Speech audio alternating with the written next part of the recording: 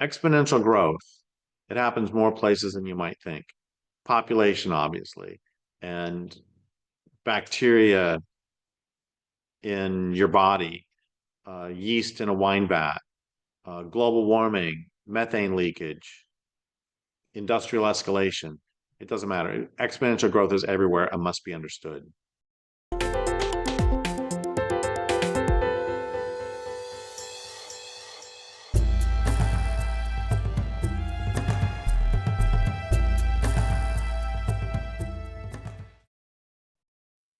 Albert Allen Bartlett famously commented that people really need to understand exponential growth, and I don't think we do.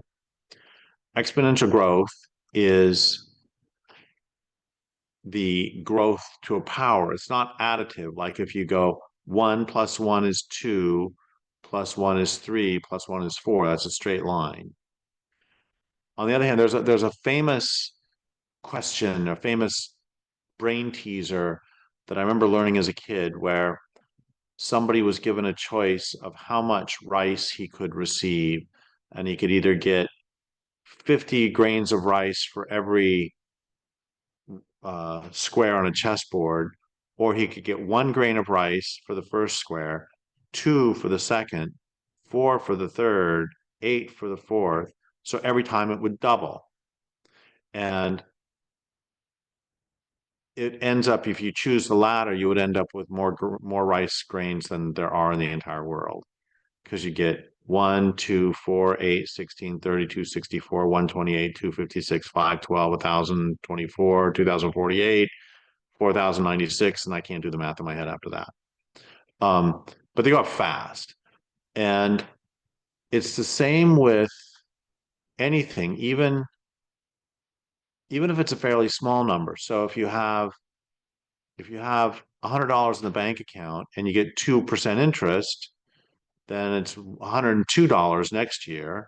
And then the year after is going to be 102 plus, the extra 2% on the 102 that you made, or the $2 you made. And I'm sure you've seen those brain teaser things also about if somebody gave you $100 in 1753 and then it was only compounded at 2% interest, now you'd have X amount of dollars. And that's all interesting stuff, Derrick. And thank you very much for telling us about the math stuff that we didn't even care about in junior high. But the problem is that when this comes to human population, we need to understand this. Another way to say all this is a classic one, is so if you have lily pads on a pond and they double every day, how many days before the pond is completely filled is it half full? Well, the answer is 1 day. So it's half full 1 day because it's doubling. So it can take forever to get this big, and then boop, just 1 day to fill up the rest of it. And I don't know if anybody's seeing any correlation between anything we're saying here and humans in every nook and cranny on the planet. But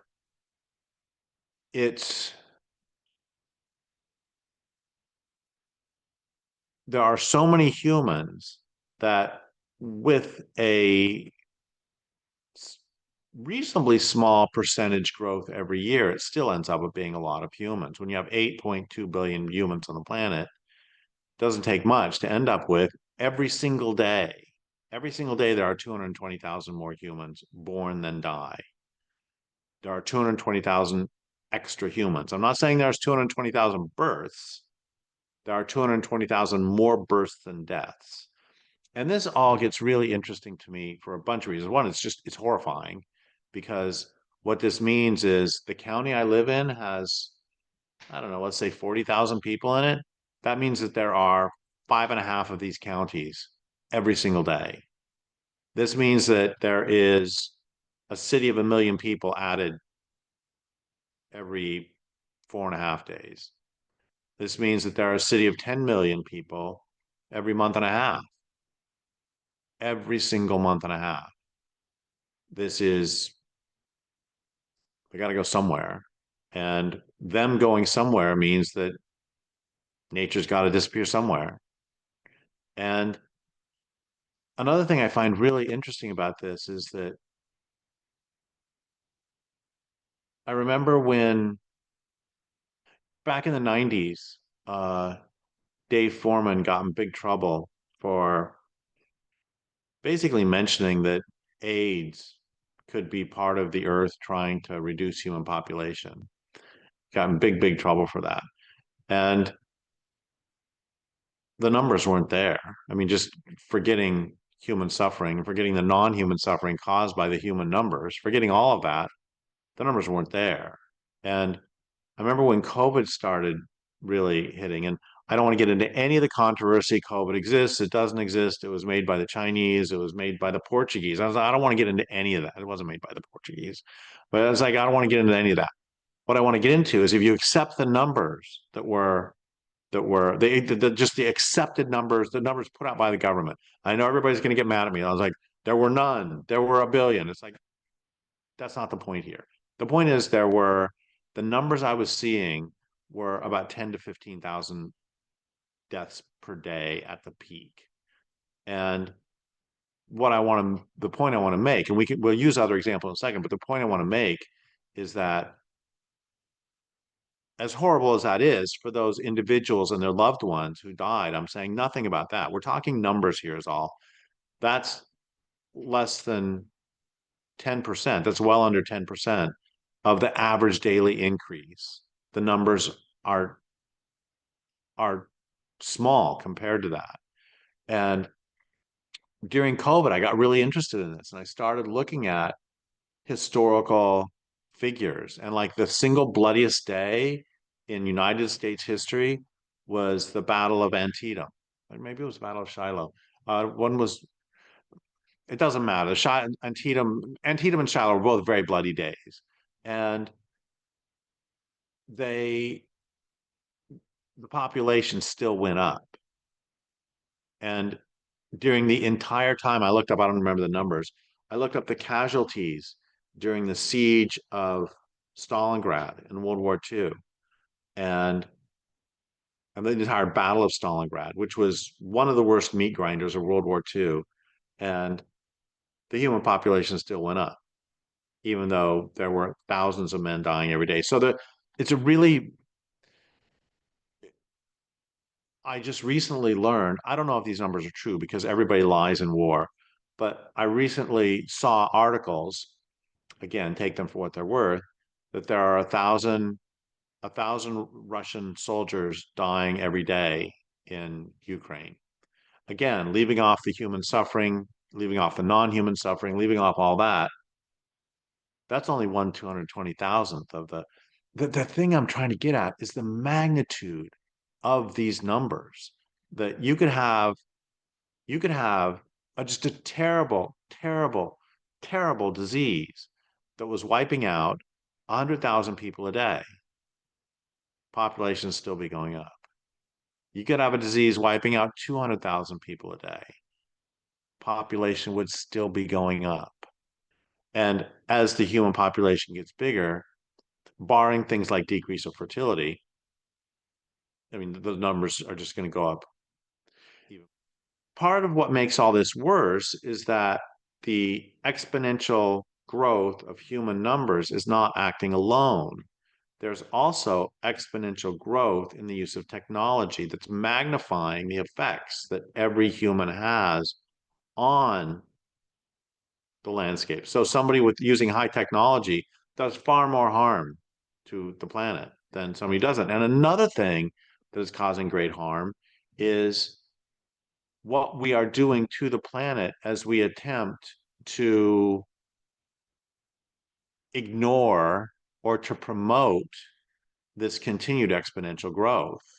And what we're seeing all around us are exponential effects of this overshoot of humans, such as increasing fires, increasing changing of the climate, decreasing biodiversity, increasing some jerk putting in a house that looms over your house. I mean, we all have that experience of there goes the neighborhood when somebody new is putting in a new house right next to you.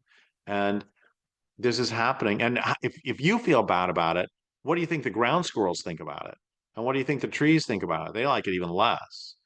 And so it's not just human numbers, it's human numbers and their exponential effect upon every part. Why do you think they're drilling in the ocean? Why do you think they're putting wind factories in the ocean?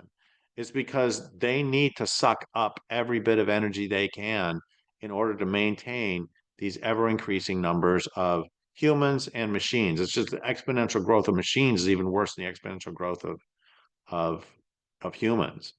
So it's all combined into this perfect storm of destruction of life on this planet.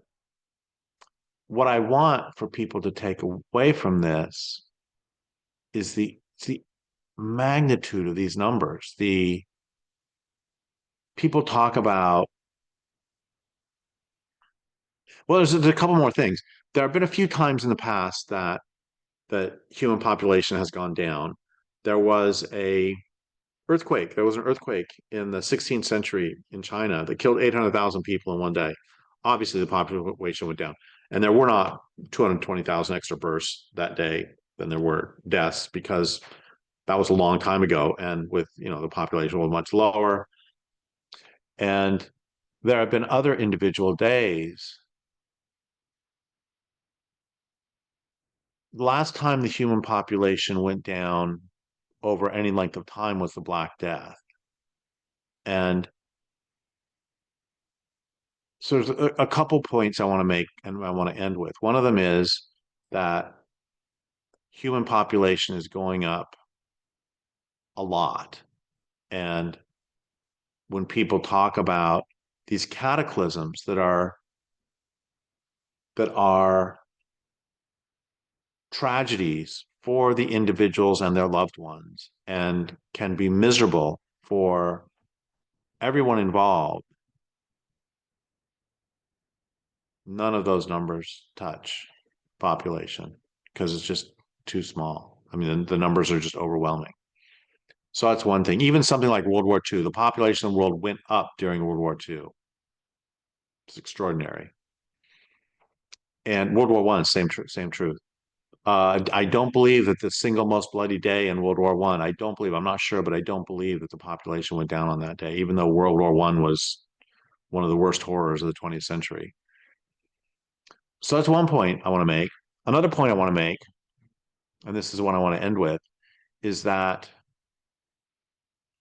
at some point there will be far fewer humans than there are today.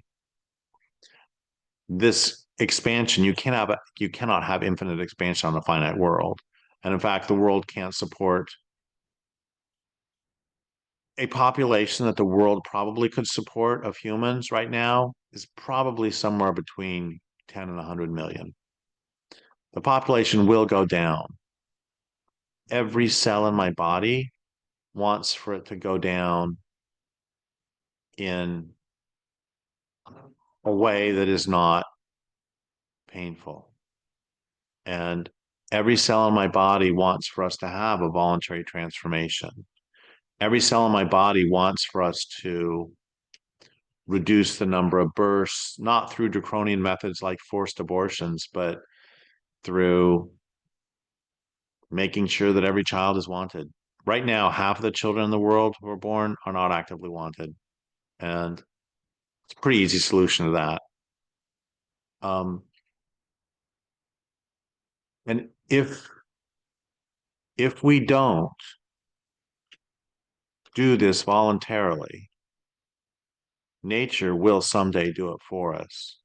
And we are not going to like how it happens.